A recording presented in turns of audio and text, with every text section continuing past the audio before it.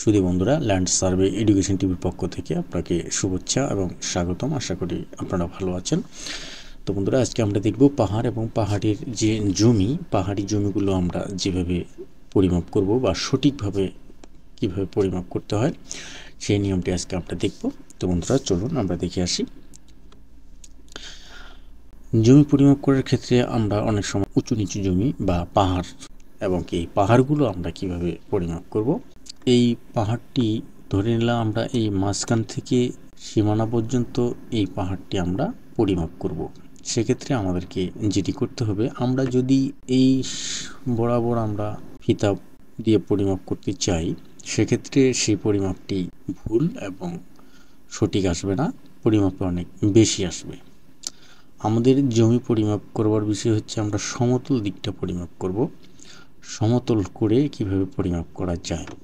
এখন প্রশ্ন হচ্ছে যে সমতলে তো আমাদের ফিতা নিয়ে যাওয়া বা চেন শিকল নিয়ে যাওয়াটা সম্ভব না। সেক্ষেত্রে আমাদেরকে যে কৌশলটি অবলম্বন করতে হবে, আমরা যদি এইভাবে ফিতা ফালাই পাহাড়ের ভাঁজে ভাঁজে খাদে খাদে, সেক্ষেত্রে আমাদের পরিমাপটা কিন্তু ঠিক আসবে না। কারণটা কি? কারণ আমরা তো উঁচা দিকটা তো নেব না, আমরা নেব সমতলের দিকটির পরিমাপ। আমরা সমতলের পরিমাপটা আমরা নেব, আমরা উঁচা পরিমাপটা আমরা নেব না। তো সেক্ষেত্রে যেহেতু আমাদের পাহাড়ের নিচ দিয়ে বা পাহাড় ভেদ করে ফিতা বা চেন নিয়ে যাওয়াটা সম্ভব না, সেক্ষেত্রে আমাদেরকে কি করতে হবে, সমতলের যে পরিমাপ সেই পরিমাপটা আমাদেরকে নিতে হবে। কিন্তু সমতল দিয়ে আমাদের ফিতা বা চেন নিয়ে যাওয়া যাবে না, যার কারণে আমাদেরকে এখানে একটি কৌশল বা টেকনিক অবলম্বন করতে হবে। আমরা এখন সেটি করব।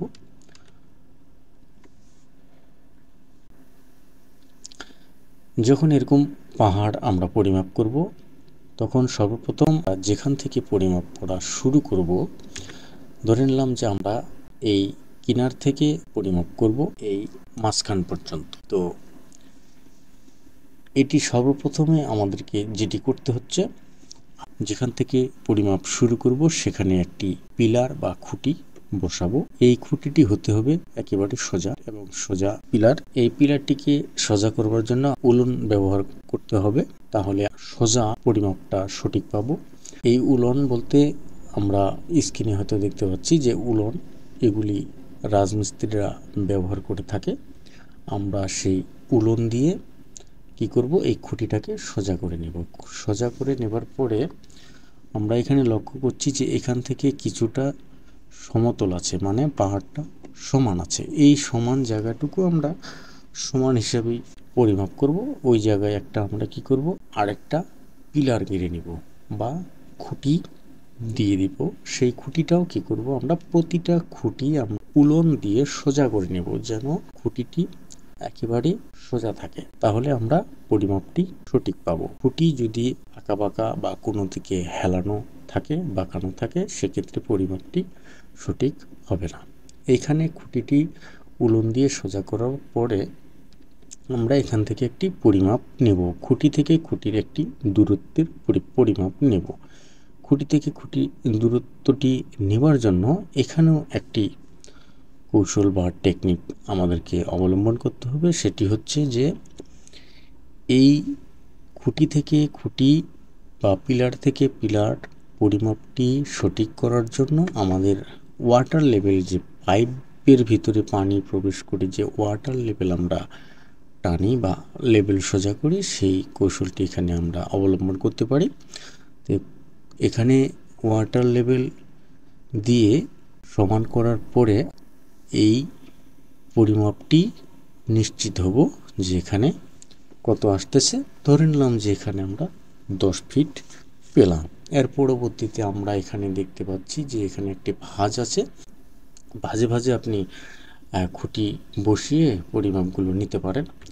আমি এখানে দুটো ভাগ করে নিয়ে মনে করেন যে একটি খুঁটি দিলাম। সেক্ষেত্রে এই খুঁটিটি, প্রতিটি খুঁটি কিন্তু আমাকে উলন দিয়ে সোজা করে নিতে হবে, যেন খুঁটিগুলো বাঁকাতেরা না হয়।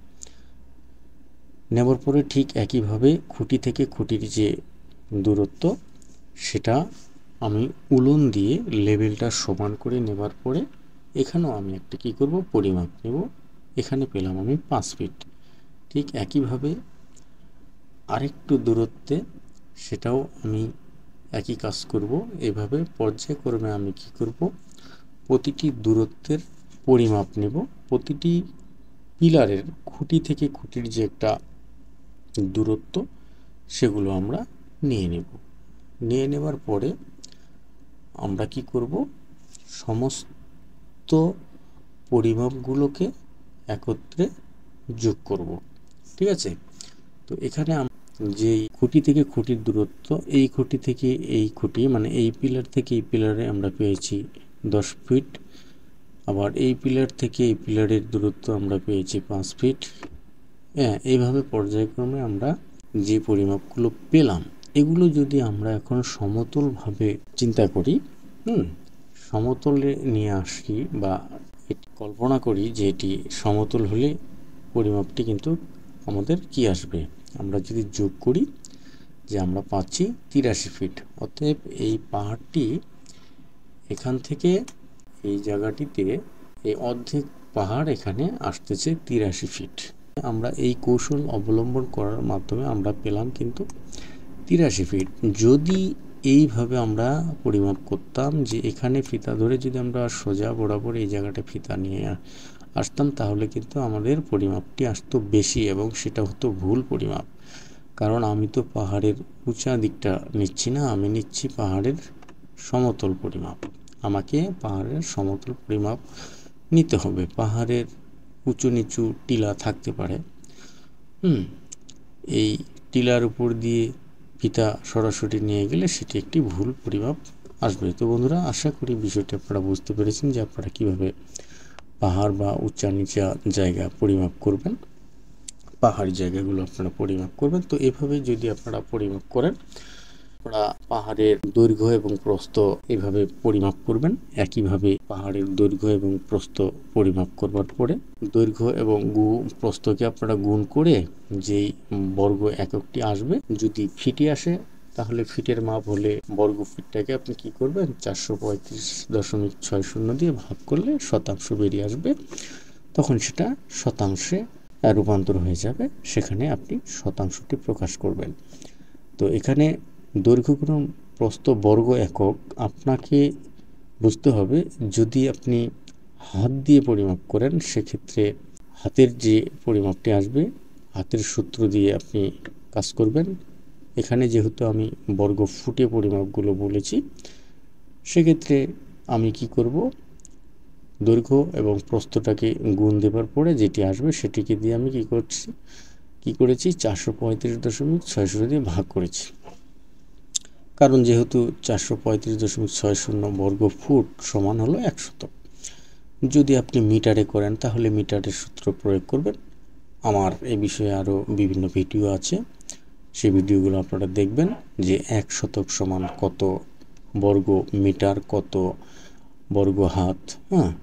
এভাবে আপনি যেটি দিয়ে পরিমাপ করবেন সেই ফর্মুলাটি আপনি ব্যবহার করবেন। তো বন্ধুরা, আশা করি ভিডিওটি আপনাদের অনেক উপকারে আসবে। যদি ভিডিওটি আপনাদের অনেক উপকারে আসে বা ভালো লাগে, অবশ্যই চ্যানেলটি সাবস্ক্রাইব করবেন। সাবস্ক্রাইব করে পরবর্তীতে নতুন কোনো ভিডিও তৈরি করবার জন্য উৎসাহ প্রদান করবেন। ধন্যবাদ। সবাই ভালো থাকবেন, সুস্থ থাকবেন।